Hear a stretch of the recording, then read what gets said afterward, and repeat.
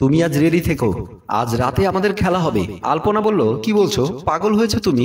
যখন তোমার যা বলতে ইচ্ছে করে বলে ফেলো, লজ্জা করে না তোমার? সজীব বলল, লজ্জা করবে কেন? তুমি আমার স্ত্রী, আমার স্ত্রীকে আমি যখন ইচ্ছা যা বলবো তাতে কার কি আসে যায়? আলপনা বলল, স্ত্রী বলে সবকিছু বলতে হয় না, আমার অনেক লজ্জা করে। আসলে আলপনা সজীবের বিয়ে হয়েছে মাত্র 11 দিন। দুজন ভালোবেসে বিয়ে করেছে। বিয়ের আগে থেকেই দুজনের ভেতর বনিবনা ভালোই ছিল, তাই সজীব সবসময় আলপনার সাথে এভাবেই কথা বলতো।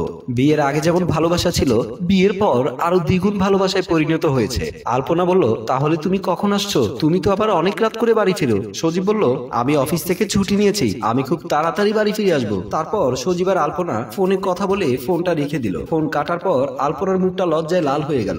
দৌড় দিয়ে রান্নাঘর থেকে বেডরুমের দিকে ছুটে আসলো। ড্রেসিং টেবিলে আয়নার সামনে দাঁড়িয়ে নিজেকে দেখছিল আর ভাবছিল, সজীব যখন যা ইচ্ছে তাই বলে ফেলে, তবে এতে করে আলপনার ভালো লাগে। আজ রাতের কথা ভেবেই এখনই আলপনার লজ্জায় মুখ লাল হয়ে যাচ্ছে। এমন সময় আলপনার শাশুড়ি এসে বলল, বৌমা তুমি ঘরে রয়েছো? আলপনা বলল, জি মা, আপনার কিছু প্রয়োজন হলে আমাকে বলুন, আমি এক্ষুনি করে দিচ্ছি। মা বলল, আজ আমাদের ভাইয়ের মেয়েটা আসছে, তুমি একটু ভালো মন্দ রান্না করো। ভাইয়ের মেয়ের কথা শুনে আলপনার মুখটা ফ্যাকাশে হয়ে গেল, কারণ এই মেয়েটা আলপনার সজীবের বিয়েতে অনেক বাধা দিয়েছে। আলপনা চুপ হয়ে থাকাতে তার শাশুড়ি বলল, চুপ হয়ে গেলে কেন? কি হয়েছে বৌমা? তুমি কি চাও না আমার ভাইয়ের মেয়ে বাড়িতে আসুক? না মা, কি যে বলেন, আপনি কোনো চিন্তা করবেন না, আমি সব ভালো ভালো খাবার রান্না করব।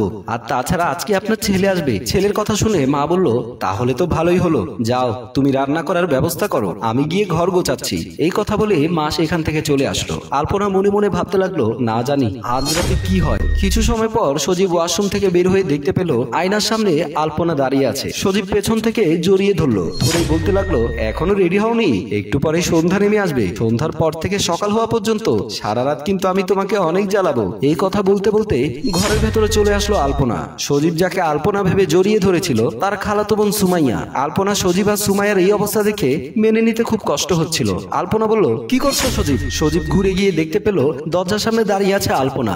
আলপনাকে দেখে ভাবছে, তাহলে কাকে জড়িয়ে ধরেছি?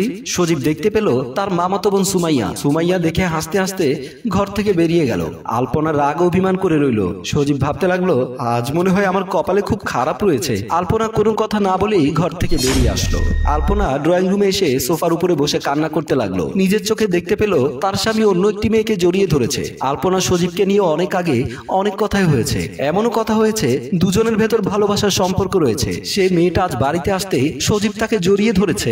আলপনা ভাবছে পুরাতন ভালোবাসা আবার নতুন করে ফিরে এসেছে। এমন সময় সজীব এসে আলপনার পাশে বসতে আলপনা উঠে যেতে চাইলো। সজীব হাতটি ধরে বসিয়ে বলল, আমার ভুল হয়েছে, আমি বুঝতে পারিনি, আমি ভেবেছিলাম তুমি আয়নার সামনে দাঁড়িয়ে রয়েছো। আলপনা বলল, তুমি ইচ্ছে করে এমনটা করেছো, তুমি ভালো করেই জানো আমি কোন কালারের শাড়ি পরেছি, তাহলে 3 পিস পরা একটা মেয়েকে কেন তুমি জড়িয়ে ধরলে?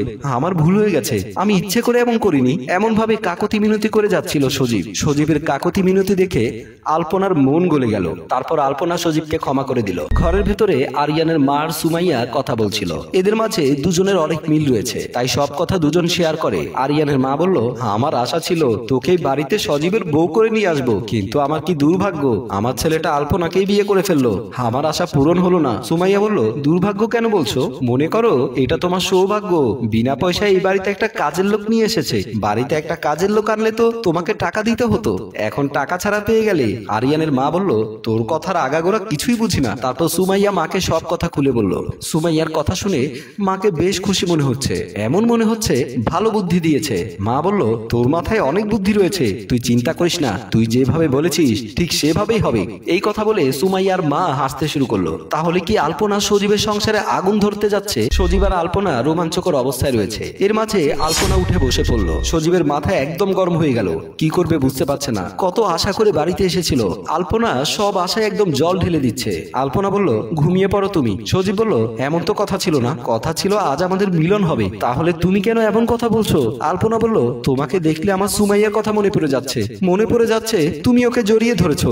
সজীব বলতে লাগলো, একটা ভুল করে তার জন্য অনেকবার তোমার কাছে ক্ষমা চেয়েছি, তবু তুমি আমাকে ক্ষমা করতে পারছো না। আমি বুঝতে পারছি তোমার কাছে স্বামীর কোনো মূল্যই নেই, তোমার কাছে তোমার কথাই ঠিক। এই কথা বলে সজীব বিছানা থেকে নেমে আসলো। আলপনা বিছানার উপরে বসে রইল। ভেবেছিল আজ রাতটা মধুময় করে তুলবে, কিন্তু একটা ভুলের জন্য রাতটা বিষাক্ত হয়ে গেল। পরের দিন সজীব অফিসে চলে গিয়েছিল। সজীবকে দেখে মন মরা লাগছিল। সজীব আর আলপনার মধ্যে মিল আর হয়নি, একজন আরেকজনের উপর রেগে আছে। সজীব ভাবলো, আজকের পর থেকে আমি আলপনার কাছে কিছু কিছুই আশা করব না, আলপনা থেকে আলাদা হয়ে থাকবো, আলপনার ডাকে আমি সাড়া দেব না। এমন ভাবতে ভাবতে আলপনা সজীবের ফোন করলো। সজীব ফোন দেখেও ফোন রিসিভ করছিল না। মনে মনে বলতে লাগলো, যতই ফোন করুক না কেন আমি ফোন রিসিভ করব না। সজীব রাতের বেলা অফিস শেষ করে বাসার সামনে দাঁড়িয়ে দরজায় কলিং বেল দিতে লাগলো। এমন সময় দরজা খুলে দিল মামাতো বোন সুমাইয়া। তারপর সজীবের হাত ধরে টেনে নিয়ে বিছানার উপর ফেলে দিয়ে বলল, অনেকদিন ধরে আমি তোমার আশায় ছিলাম, আজ যখন তোমাকে পেয়েছি তাহলে আর তোমাকে ছাড়ছি না। সজীব বলল, আমি এখন বিয়ে করেছি, আমার এখন সংসার আছে,